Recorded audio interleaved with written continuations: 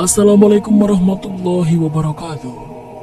Hinduisme dianggap sebagai agama tertua di dunia oleh banyak sarjana dengan akar dan adat istiadat yang telah berkembang selama lebih dari 4.000 tahun. Hingga saat ini, Hinduisme telah menjadi salah satu agama terbesar di dunia dengan lebih dari 1 miliar pengikut yang tersebar di berbagai belahan dunia. Dari jumlah tersebut, sekitar 94% umat Hindu tinggal di India, yang merupakan pusat spiritual dan kultural dari agama ini. Dalam hal jumlah pengikut, Hinduisme berada di peringkat ketiga setelah Kristen dan Islam. Salah satu karakteristik unik Hinduisme adalah bahwa agama ini tidak memiliki pendiri tunggal, tidak seperti banyak agama besar lainnya. Hal ini menjadikan pelacakan asal-usul dan sejarahnya lebih kompleks. Hinduisme bukanlah agama tunggal dengan doktrin yang seragam, melainkan merupakan kompilasi dari berbagai tradisi, filosofi, dan praktik yang berkembang seiring waktu.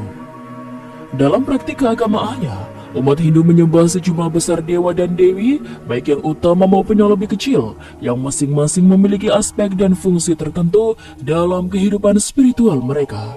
Dewa-dewi ini dihormati melalui berbagai simbol, patung, dan ritual yang berbeda-beda di setiap daerah dan komunitas. Selain itu, Hindu juga menghormati beberapa kitab suci yang berbeda, seperti Weda, Upanishad, Bhagavad Gita, dan Ramayana, yang masing-masing memiliki peran penting dalam membimbing kehidupan spiritual dan moral umat Hindu. Hinduisme juga dikenal dengan kekayaan tradisi, hari raya, dan adat istiadat yang beragam. Setiap daerah di India memiliki cara yang unik untuk merayakan festival-festival agama seperti Diwali, Holi, Navaratri, dan banyak lainnya yang tidak hanya memiliki dimensi keagamaan, tetapi juga sosial dan budaya. Sistem kasta yang merupakan struktur sosial yang kompleks di India seringkali dikaitkan dengan konsep-konsep dalam Hinduisme seperti Varna dan Jati. Namun, penting untuk dicatat bahwa sistem kasta ini telah dibentuk dan dipengaruhi oleh berbagai gerakan politik, sosial, dan agama sepanjang sejarah India. Saat ini, sistem kasta tidak lagi ditegakkan dengan ketat, terutama di daerah-daerah perkotaan, meskipun masih ada di beberapa bagian pedesaan. Dalam Hinduisme, terdapat 4 sekte utama yang mewakili berbagai aliran pemikiran dan praktik keagamaan. Sekte-sekte tersebut adalah Saivisme, yang berfokus pada pemujaan Siwa, Vaishnava, yang mengutamakan pemujaan Wisnu, Saktisme, yang memuja Dewi atau kekuatan feminin ilahi, dan Smarta, yang menekankan pemujaan terhadap 5 dewa utama secara seimbang. Selain itu, terdapat juga sejumlah sekte yang lebih kecil dengan praktik keagamaan mereka sendiri. Asal-usul agama Hindu. Agama Hindu diperkirakan oleh sebagian besar cendekiawan bermula antara tahun 2300 sebelum Masehi hingga 1500 sebelum Masehi di lembah Indus, wilayah yang kini dikenal sebagai bagian dari Pakistan modern. Meskipun demikian, banyak penganut Hindu yang meyakini bahwa agama mereka telah ada sejak awal waktu dan tidak memiliki titik awal yang pasti, melainkan abadi dan telah ada sepanjang sejarah. Berbeda dengan banyak agama lain yang memiliki satu pendiri, agama Hindu merupakan hasil dari perpaduan berbagai kepercayaan, tradisi, dan praktik yang berkembang selama ribuan tahun. Agama ini tidak lahir dari satu tokoh atau peristiwa tertentu, tetapi dari gabungan budaya dan spiritualitas masyarakat di wilayah tersebut. Sekitar tahun 1500 sebelum Masehi, terjadi migrasi besar-besaran bangsa Indo-Arya ke lembah Indus. Kedatangan mereka membawa serta bahasa, budaya, dan tradisi yang kemudian berinteraksi dan berasimilasi dengan penduduk asli yang sudah ada. Proses ini menghasilkan budaya yang kompleks dan saling mempengaruhi. Namun, perdebatan masih berlangsung di kalangan cendekiawan tentang sejauh mana pengaruh satu kelompok terhadap kelompok lainnya selama masa ini. Periode ketika Weda, yang merupakan teks suci utama dalam agama Hindu, disusun dikenal sebagai periode Weda. Periode ini berlangsung dari sekitar 1500 sebelum Masehi hingga 500 sebelum Masehi. Pada masa ini, ritual keagamaan seperti pengorbanan dan nyanyian pujian kepada dewa-dewa menjadi praktik umum. Weda sendiri terdiri dari 4 himpunan teks, yaitu Rig Veda, Sama Veda, Yajur Veda, dan Atharva Veda. yang semuanya dianggap sebagai sumber utama pengetahuan spiritual dan ritual dalam tradisi Hindu. Setelah periode Weda, perkembangan agama Hindu berlanjut ke periode yang dikenal sebagai periode epik, Purana, dan klasik yang berlangsung dari sekitar 500 sebelum Masehi hingga 500 Masehi. Pada masa ini fokus keagamaan mulai bergeser dengan penekanan yang lebih besar pada pemujaan dewa-dewa tertentu, terutama Wisnu, Shiva, dan Dewi. Dewa-dewi ini menjadi pusat dari berbagai kultus dan aliran yang berkembang di India. Selain itu, konsep dharma yang merujuk pada kewajiban moral dan etika diperkenalkan dan diperkembangkan dalam berbagai teks suci baru yang muncul pada periode ini. Dharma menjadi salah satu konsep suci dalam filsafat Hindu dan menjadi landasan bagi kehidupan sosial dan spiritual umat Hindu. Periode ini juga ditandai dengan kemunculan dan penyebaran agama-agama lain seperti Buddhisme dan Yudaisme yang menawarkan perspektif baru tentang spiritualitas dan etika, serta memberikan pengaruh signifikan terhadap perkembangan budaya dan agama di India. Hinduisme versus Buddhisme. Agama Hindu dan Buddha memiliki banyak kesamaan mendasar, terutama karena agama Buddha sebenarnya lahir dari tradisi agama Hindu.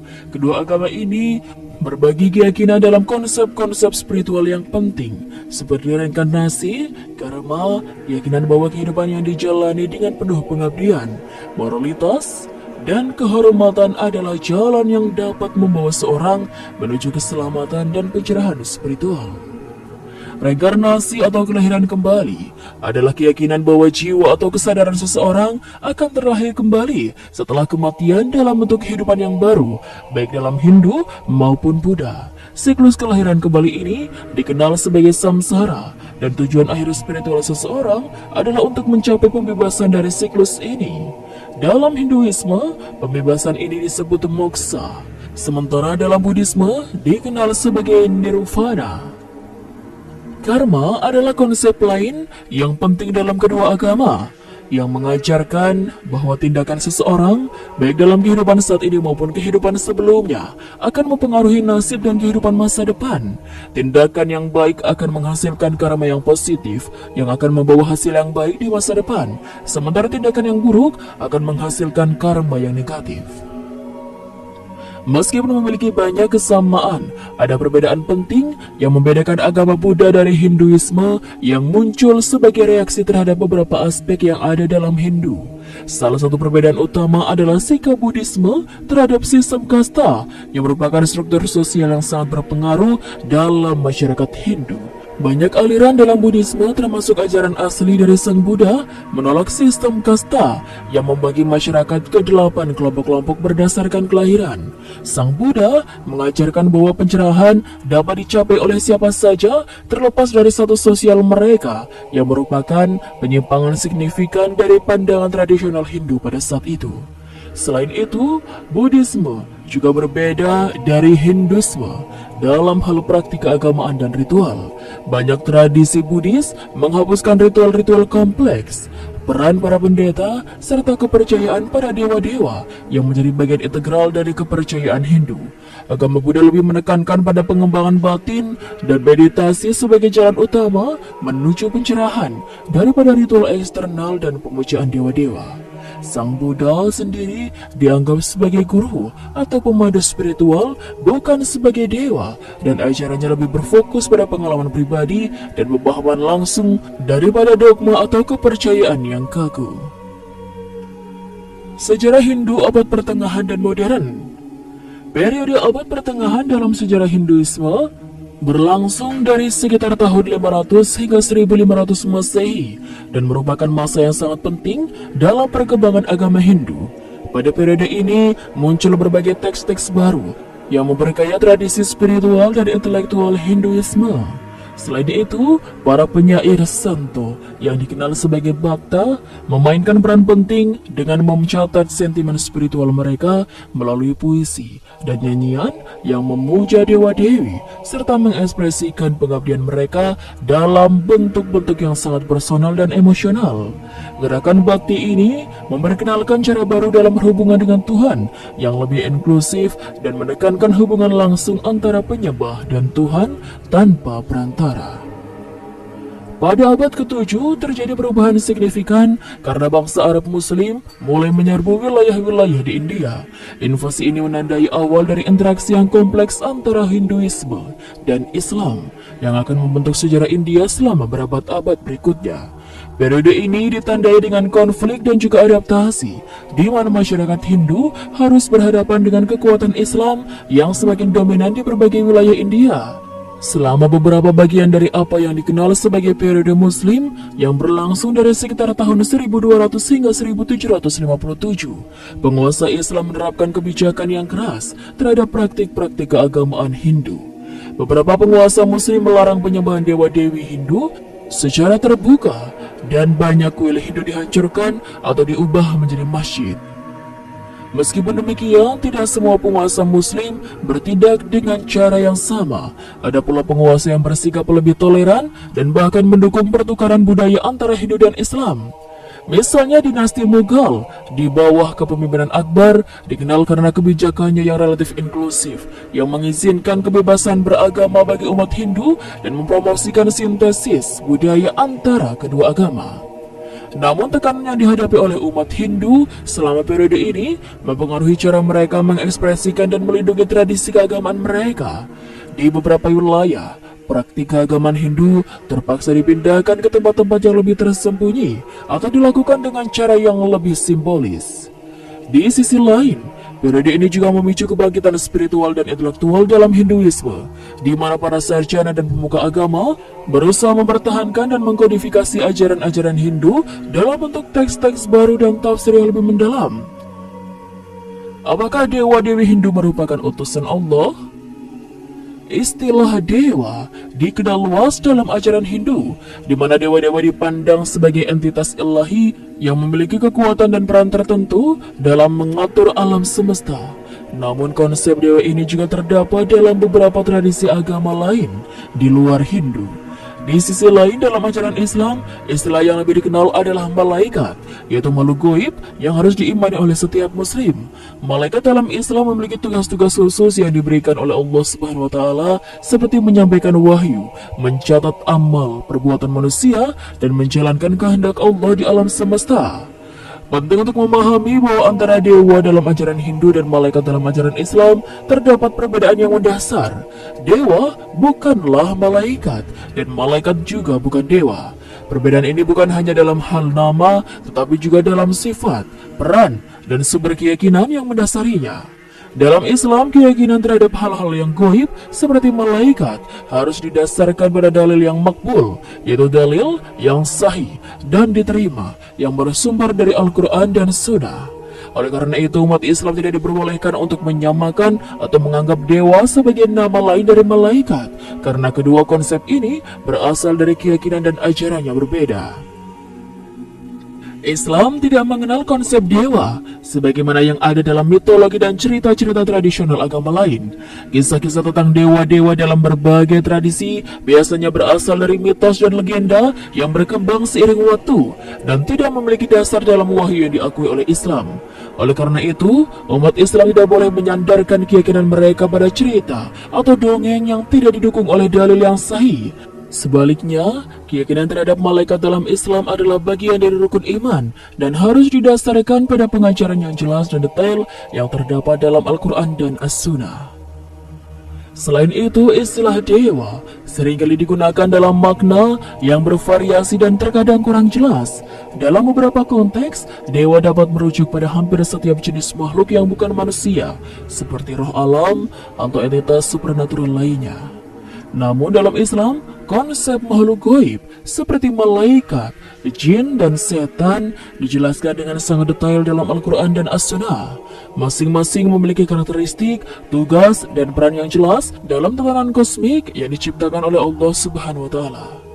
Rasulullah SAW bersabda, malaikat diciptakan dari cahaya, jin diciptakan dari api, dan Adam diciptakan dari apa yang disifatkan atas kalian, yakni tanah. Hadis riwayat Muslim. Tidak sebagaimana jin yang sebagian beriman dan sebagian lagi menjadi setan yang ingkar, maka malaikat adalah makhluk yang selalu taat kepada Allah Subhanahu wa taala.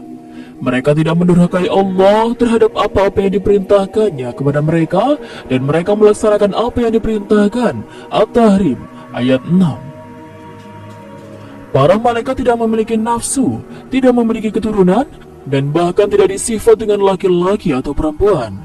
Seperti dikatakan oleh Syekh Dr. Umar Sulaiman Al-Asyiki rahimahullah dalam Alamul Malaika Al-Abar, tidak boleh mensifati mereka malaikat dengan laki-laki dan perempuan.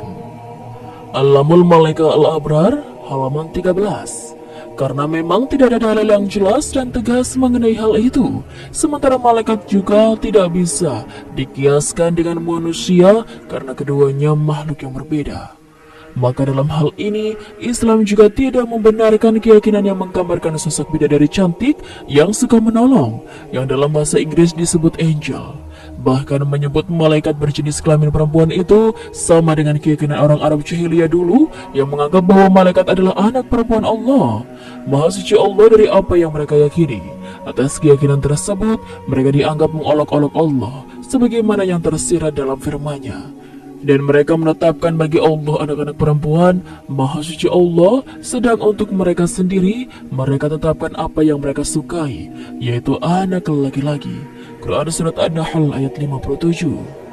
Perbedaan yang lain bahwa posisi dewa bagi orang yang mempercayainya dijadikan sebagai sesembahan yang dipuja dan dimintai pertolongan. Sedangkan malaikat yang kita yakini tidak memiliki hak untuk disembah atau dimintai pertolongan karena hak untuk disembah hanya milik Allah Subhanahu wa taala.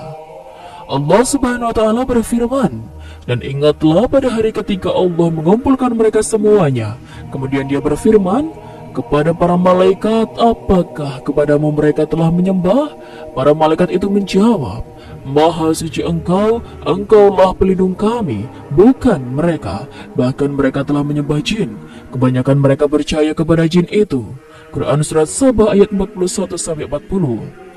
Syekh Ahmad Kuti, seorang dosen senior dan ulama Islam di Institut Islam Toronto, Ontario, Kanada, menyatakan Al-Quran cukup eksplisit dan kategoris tentang prinsip dasar bahwa Allah telah mengutus para utusan dengan wahyu yang mengomunikasikan kehendaknya kepada semua bangsa di muka bumi.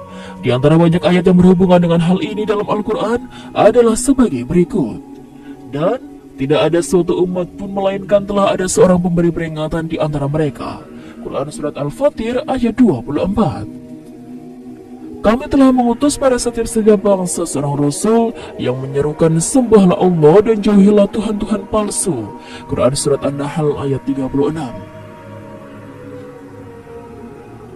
Karena India adalah negara besar dengan jutaan penduduk, tidak masuk akal jika India tidak mendapatkan bimbingan ilahi. Jika kita menerima begitu saja poin ini, maka lebih tidak masuk akal lagi untuk berpikir bahwa pesan-pesan seperti itu ditemukan dimanapun kecuali kitab suci Hindu. Tidak perlu seorang ahli dalam perbandingan agama untuk menemukan banyak ide dalam kitab suci tersebut yang sangat mirip atau mirip dengan ajaran Taurat, Injil, dan Al-Quran. Di antara konsep-konsep penting tersebut, kita dapat dengan mudah memasukkan yang berikut ini. Kepercayaan pada dewa tertinggi yang sekaligus mutlak, unik, dan transenden. Penekanan pada kehidupan yang murni, penuh cinta, dan pengabdian kepadanya. Selain itu, kita juga menemukan dalam agama Hindu kebajikan dan perintah inti seperti doa, puasa, dan haji. Seperti yang telah ditunjukkan dengan tepat oleh Imam Syekh Waliullah, gagasan dan kebajikan penting ini ditemukan dalam semua agama besar di dunia. Lebih jauh, kita juga tahu bahwa salah satu ide keagamaan paling sentral dalam agama Hindu adalah penyerahan diri, yang sekaligus merupakan inti dari intisari Islam. Namun setelah mengatakan ini, kita harus berhati-hati untuk tidak menyimpulkan dengan tingkat kepastian apapun tentang identitas pasti para utusan yang dikirim ke India. Al-Quran tidak menyebutkannya, sementara secara umum mengatakan kepada Nabi Sallallahu Alaihi Wasallam, "Dan para utusan yang telah kami ceritakan kepadamu, dan para rasul yang tidak kami ceritakan kepadamu." Quran Surat An-Nisa ayat 164. Oleh karena itu, janganlah kita terburu-buru membuat kesimpulan. Kita hanya menegaskan kebenaran dan prinsip-prinsip penting seperti yang kita temukan dalam kitab suci yang sesuai dengan ajaran Al-Quran. Karena yang terakhir telah dikirim untuk menjaga, memelihara, dan menjaga kebenaran murni yang diwahyukan kepada semua nabi. Sementara menolak semua ajaran dalam kitab suci yang bertentangan dengan ajaran Al-Quran. Dan akhirnya menyerahkan kepada Allah sendiri pengetahuan dan penilaian tentang hal-hal yang tidak kita ketahui dengan pasti. Kami percaya bahwa Allah Sang Pencipta dan Tuhan yang Maha Esa atas semua makhluk akan memberikan penghakiman terakhir sehubungan dengan perbedaan yang memisahkan agama-agama ini satu sama lain. Nabi Muhammad dalam Hindu. Di banyak bagian dari kitab-kitab penganut ajaran Brahmanisme, Majusi, di samping Yahudi dan Nasrani, terdapat teks-teks yang menunjukkan bahwa nama Muhammad telah diperkenalkan di sana. Kata Abbas Al-Akkad dalam bukunya Matla'ah An-Nur. Menariknya, pemberitahuan tentang nama dan kedatangan Rasulullah tidak hanya terdapat di kitab suci agama Samawi. Informasi tentang nama Nabi Muhammad SAW juga ada dalam kitab-kitab penganut ajaran Majusi, Buddha, dan Hindu dan Brahma. Dalam kitab suci umat Hindu, Adarwitma misalnya, nama Muhammad sudah diperkenalkan. Dalam salah satu ayatnya disebutkan, "Wahai manusia, dengarlah dan sadarlah, Muhammad akan diutus di antara manusia, keagungannya dipuji sampai di surga, dan dia menjadikan surga itu tunduk kepadanya, dan dia adalah Muhammad." Begitupun dalam Bhavisya Purana, kitab Hindu lainnya, dalam salah satu ayatnya disebutkan tentang kedatangan Nabi Muhammad SAW.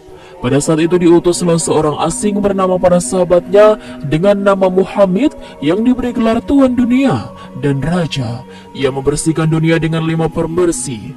Muhammad dalam kitab umat Hindu tersebut diyakini sebagai nama Nabi Muhammad SAW. Mereka digambarkan sebagai orang yang berhitan, tidak memotong rambut sebelah, memakan hewan kecuali babi, tidak menggunakan tumbuhan darba untuk membersihkan dosa, dan mereka dinamakan Musali, Muslimin. Sosok Nabi Muhammad SAW juga terdapat dalam kitab suci Weda dan sejumlah kitab suci umat Hindu yang berbeda-beda lainnya. Dari hasil penelitian yang dilakukan sekelompok peneliti India, terdapat pribadi Narashians dalam kitab-kitab Hindu tersebut. Narashian sendiri berasal dari kata nar, manusia, dan Ashians, dipuji. Dengan demikian, Narashian merupakan orang yang dipuji atau orang yang terpuji, sepadan dengan kata Muhammad. Begitupun mantra-mantra dalam kitab-kitab Weda dan kitab suci umat Hindu lainnya. Di antara bunyi mantranya, "Dengarlah manusia dengan penuh hormat. Sesungguhnya Narashians dipuji dan disanjung, sedangkan kita menjaga orang yang berhijrah. Orang yang membawa bendera keamanan itu antara 60.090 musuh." Maghrib As-Sirjani dalam bukunya Rasulullah Teladan untuk Semesta Alam 2011 mengemukakan bahwa mantra dalam kitab suci umat Hindu itu menunjuk kepada Nabi Muhammad SAW. Teks ini menyebut tentang Narashians yang dipuji dan disanjung. Menurut Ragib, tidak ada manusia di dunia yang dipuji dan disanjung sebanyak Nabi Muhammad SAW. Teks mantra itu juga menyebut tentang orang yang berhijrah, dan Nabi Muhammad SAW juga adalah orang yang berhijrah dari Mekah ke Madinah. Bahkan hijrah Nabi Muhammad SAW menjadi tonggak penting dalam sejarah Islam. Terakhir, teks itu juga menyebutkan tentang jumlah musuh, yaitu 60.090. Jumlah ini diyakini mendekati dengan jumlah musuh Rasulullah selama hidupnya. Mantra lainnya berbunyi, kendaraannya adalah unta, istri-istrinya adalah 12 orang. Ia mendapatkan kedudukan yang tinggi, dan dengan kecepatan kendaraannya, ia dapat menyentuh langit lalu turun. Teks mantra ini membuat informasi tentang Nabi Muhammad SAW menjadi detail. Disebutkan juga tentang jenis kendaraannya, jumlah istrinya, dan kemuliaannya. Bahkan di dalam teks itu juga secara tersirat menginformasikan tentang perjalanan Isra Mi'raj Nabi Muhammad SAW dari Mekah hingga ke Sidratul Muntaha. Bukankah dalam Al-Quran Allah Subhanahu wa Ta'ala telah memberitahukan kepada kita bahwa Dia telah mengutus seorang pemberi kabar gembira dan memberi peringatan bagi setiap umat? Sebagaimana dalam Quran Surat Fatir ayat 24, sesungguhnya kami mengutus kamu dengan membawa kebenaran sebagai pembawa berita gembira dan sebagai pembawa peringatan. Dan tiada suatu umat pun melainkan telah ada padanya seorang pemberi peringatan. Wallahu alam bishawab. Sekian, wassalamualaikum warahmatullahi wabarakatuh.